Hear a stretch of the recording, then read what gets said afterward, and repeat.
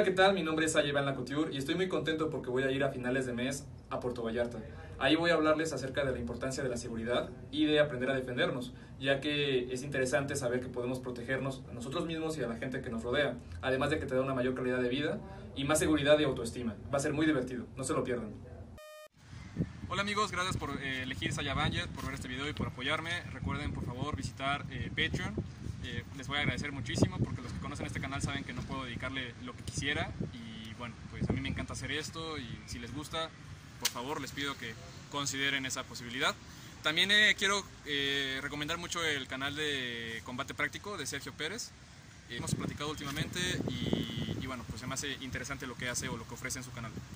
Ahora, como vieron en la descripción del video, voy a hablar de algo que en su momento se tocó hace tiempo. Ir a ver a un doctor o ir a ver a un médico, bueno, o mago, etcétera, etcétera.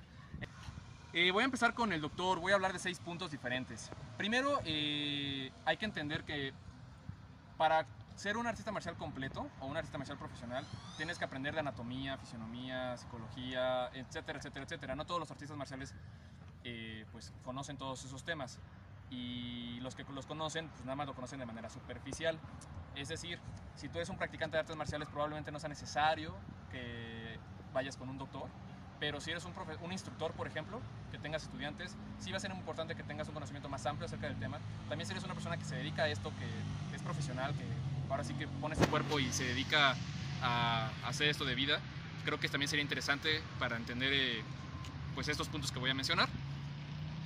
Y bueno, repito, o sea, si es un artista marcial el que te está dando la clase, seguramente tiene que tener conocimientos amplios sobre este tema, pero nunca hay que conformarse con lo que ya hay. El primer punto es la parte de los puntos de presión. O sea, hay una gran cantidad de mitos y leyendas acerca de los puntos de presión. Las películas luego le hacen así y ya te andas cayendo. Hay ciertas técnicas, ciertos puntos que sí son reales, son muy buenos. De hecho, por ahí hay un video que se hizo viral hace tiempo en donde un chavo, parece ser que es un militar tal vez, le ataca aquí a una persona y sí la desmaya. Sí hay puntos muy riesgosos, hay otros que no lo son tanto, también cada persona es diferente. He sabido inclusive que hay personas que tienen el corazón un poquito más hacia la derecha o más hacia la izquierda y eso hace que hayan sobrevivido a balazos en el corazón. Entonces, si eso pues, sucede, imagínense también con los ganglios y con los puntos de presión, también no necesariamente están todos, en todas las personas, en el mismo punto. Hay también algunos que son para rasgar, otros para picar. Muchas veces no entendemos lo que realmente estamos provocando al aplicarlos, cuáles son los efectos secundarios probables o posibles, por qué unas personas sí los aguantan y otras no. En fin, para entender todas estas respuestas, qué mejor que ir con un médico. Segundo punto, los dichosos golpes mortales. O sea, igual, hay muchas artes marciales que en su momento se hablaba de golpes mortales, de golpes mágicos y demás, que bueno, con el tiempo ya no se escuchan tanto afortunadamente, porque realmente todos los golpes pueden ser mortales. Hasta el golpe más sencillo puede ser mortal, te puede matar si te agarra desprevenido o si está muy bien aplicado. Así que en el caso de los golpes mortales es muy interesante hablar con un médico para que desmitifique todo esto, te pueda explicar por qué son tan infalibles en su mayoría y por qué cambiando los ciertos ángulos, ciertas direcciones puedes llegar a tener mucho más efecto. Por ejemplo, si golpeas con cierta dirección debajo del ombligo, puedes hacer que la persona llegue a orinar. Si llegas a golpear de ciertas maneras, puedes hacer que las personas hagan ciertos movimientos que tú necesitas, que bueno, no voy a hablar acerca de eso ahorita, pero en técnicas de tortura, por ejemplo, se trabaja también esa parte de pico por acá para que tú hagas esto, para que tú te muevas por el otro lado y al hacerlo, pues sufres más. Pero bueno, es otro tema. Luego, la naturaleza del dolor. También es interesante hablar con un médico porque en el caso del dolor, hay dolores que duelen demasiado en su momento, demasiado, pero al final de cuentas después de 2 minutos ya estás como si nada, ¿no? Y luego muchas veces te sientes frustrado porque sientes que pudiste haber logrado más o pelear más porque estás intacto. Entonces muchas veces es interesante, con la práctica te puedes ir dando cuenta acerca de por qué pasa esto, pero un médico te puede explicar un poco más cuáles son esos golpes, por qué duelen tanto, y también hay otros tantos golpes que no duelen tanto, que son huecos, o se escuchan, o se sienten desgarramientos, que pueden durar meses o años, y te pueden incapacitar, y puede que nunca te hayan dolido demasiado. Entonces, el entender el por qué unos sí duelen y no pasa tanto, y otros sí puede suceder demasiado y no duelen tanto, pues es interesante y te hace más profesional y tú como instructor le puedes explicar mejor a tus estudiantes con nombre y apellido, cada detalle y el por qué, el cómo y todo eso, ¿no? Otro punto es de los primeros auxilios, indispensables y básicos. O sea, y no nada más me refiero a los primeros auxilios en el sentido básico del RCP, sino también qué hacer en caso de que haya una hemorragia, una laceración, una fractura, una fisura, en fin, todo eso es súper importante. Hay algunos profesores que tienen esos conocimientos, hay otros tantos que no, pero también eso año con año se sigue actualizando todo este tema. A las personas que saben de esto me podrán dar la razón. Así que no porque yo practiqué X arte marcial y lo vi en mi escuela hace 5 o 10 años significa que sea vigente todavía. Hay cosas que se van actualizando y que van mejorando la posibilidad de salvar la vida a alguien, o el brazo, o lo que sea, ¿no? Entonces esa parte también es muy interesante. Luego también te puede ayudar para ser más precisos en los ataques. Al tú conocer perfectamente cuáles son los puntos vulnerables o que se pueden accesar por desgarramientos, por presión, por golpes, por torceduras, etcétera, etcétera, puedes hacer de tu combate algo más limpio, más preciso y no estar golpeando tanto a puntos en donde no vas a lograr demasiado. La mayoría de las artes marciales se están acercando mucho a la parte deportiva, ya sea que muchos golpes vayan a los hombros, al pecho, a ciertas partes que son muy resistentes. Pero si tú te enfocas en que cada uno de tus ataques vayan a puntos sensibles, a puntos vulnerables, vas a hacer de tu pelea algo más letal, más concisa y bueno, qué mejor que un médico te explique exactamente qué harías en cada situación para también evitar la posibilidad de matar o la posibilidad de una demanda o algo por el estilo. Y bueno, último, los cuidados después de una lesión. Muchas veces nos lesionamos tantito, pero ya llevamos demasiado tiempo pues sin poder entrenar a nuestro 100% porque el dolor no es demasiado como para incapacitarnos, pero pues dura demasiado. Entonces un médico nos puede también asesorar en esa parte sobre cómo me debo de tratar pues esa lesión. No necesariamente tiene que ser un médico homeópata, también puede ser un alópata, puede ser acupuntura, puede ser moxibustión, puede ser medicina tradicional mexicana, china, herbolaria, en fin, no importa, hay muchas formas de lograrlo. Pero sí es interesante que si no tienes conocimientos amplios acerca del tema, una lesión que te pudo haber durado 2 semanas te puede llegar a durar hasta 2 años. Así que hay que tener cuidado con eso. Ahora, con respecto al mago. Primer punto, la habilidad para confundir, distraer y el movimiento de las manos. Hay muchas artes marciales, para empezar, es importante que lo sepan, que fueron creadas por sociedades herméticas y con ciertas capacidades histriónicas.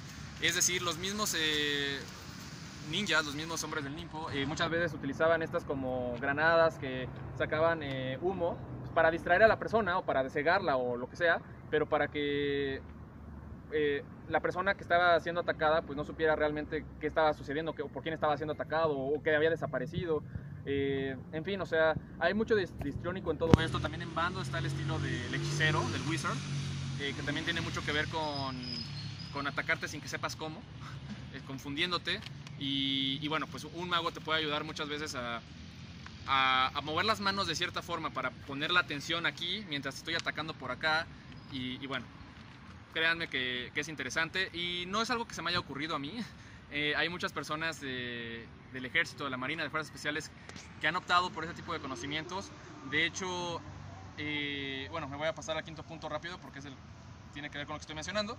El cambio de ropa, por ejemplo, al ser descubierto o para infiltrarse, son técnicas que la Marina y ciertos grupos de inteligencia y contrainteligencia y espionaje aprendieron de este tipo de técnicas de magia para poder cambiarse de ropa en friega o para poder mimetizarse con la gente y cambiarse rápido y sacar información y en fin, o sea, ahora sí que hacer labor de inteligencia. Entonces, en tu caso, por ejemplo, tal vez no va a ser muy interesante aprender a cambiarte de ropa así como mago o no te vas a estar metiendo en algún barrio peligroso, pero si tienes conocimientos básicos acerca del tema y tienes que pasar por ese barrio, tal vez el vestirte de ciertos modos o tal vez simplemente si tienes la capacidad de cambiarte rápido de ropa cuando alguien te estaba persiguiendo, pues puede salvarte la vida. Suena curioso, pero está probado y comprobado por varias personas que se dedican a esto y que han salvado su vida por un pellejo, ¿no?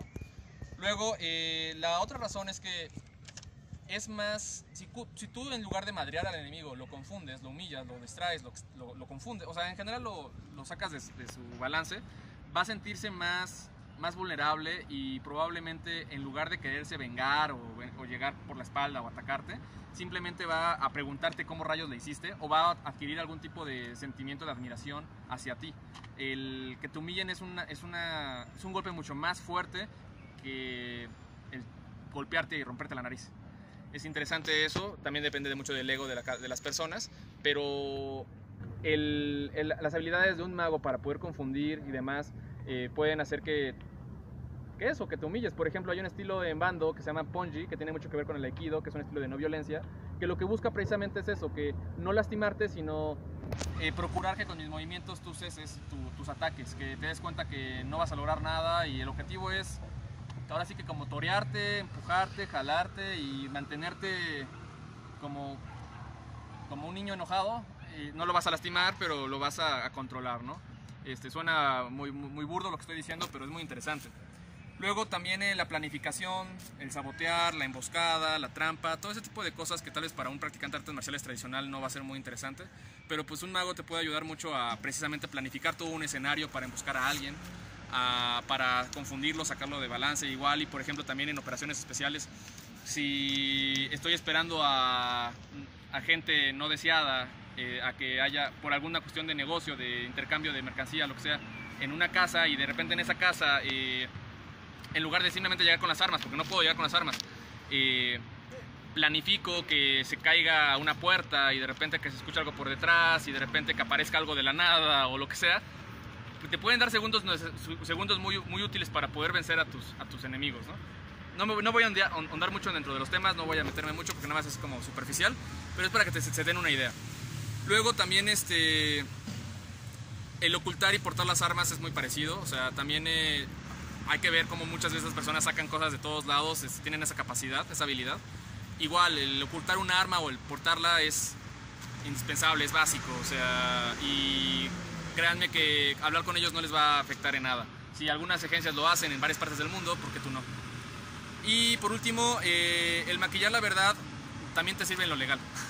Está mal que nos diga como consejo, pero si yo golpeo a alguien y hay demasiada evidencia, pues va a ser peligroso. Pero si yo soy una persona que está acostumbrado a maquillar la verdad, a que las cosas no se vean como son y que se vean como yo quiero que se vean, pues puedo hacer que tal vez evitar una demanda o evitar algo peor. Y por último, el delincuente. ¿Por qué hablar con un delincuente? Creo que eso es más obvio. Pero primero que nada, para poder aprender a improvisar armas, aprender a utilizar todo el entorno como un arma en todo sentido y bueno, pues no necesariamente tienes que comprarla, la puedes tú hacer.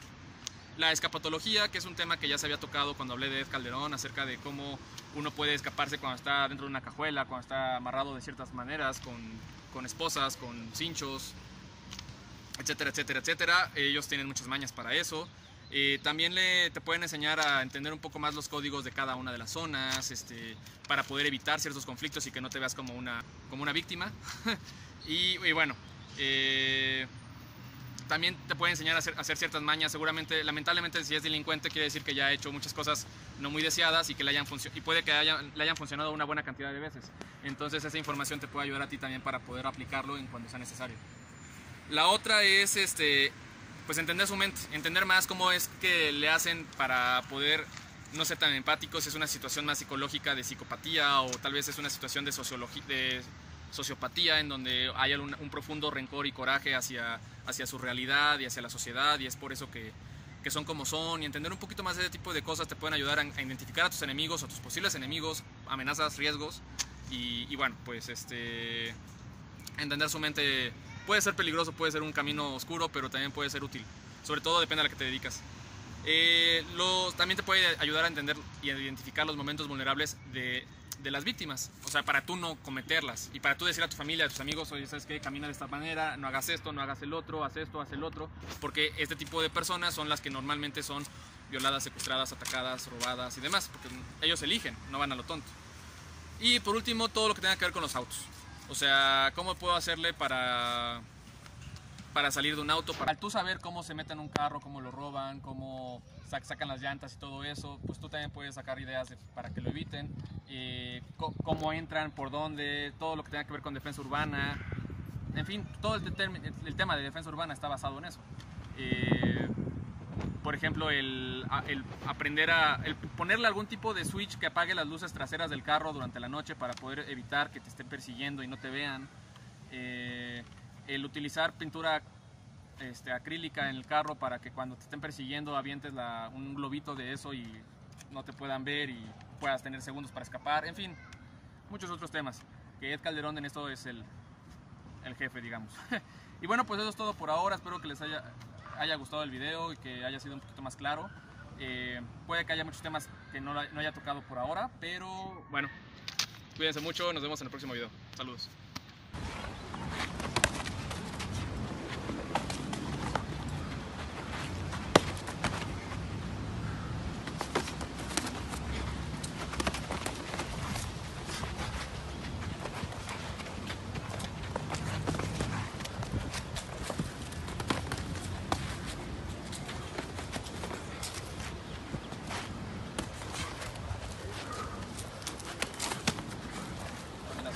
Como uno. Saltas de atrás. No, saltas de adelante, perdón. Adelante, triangula.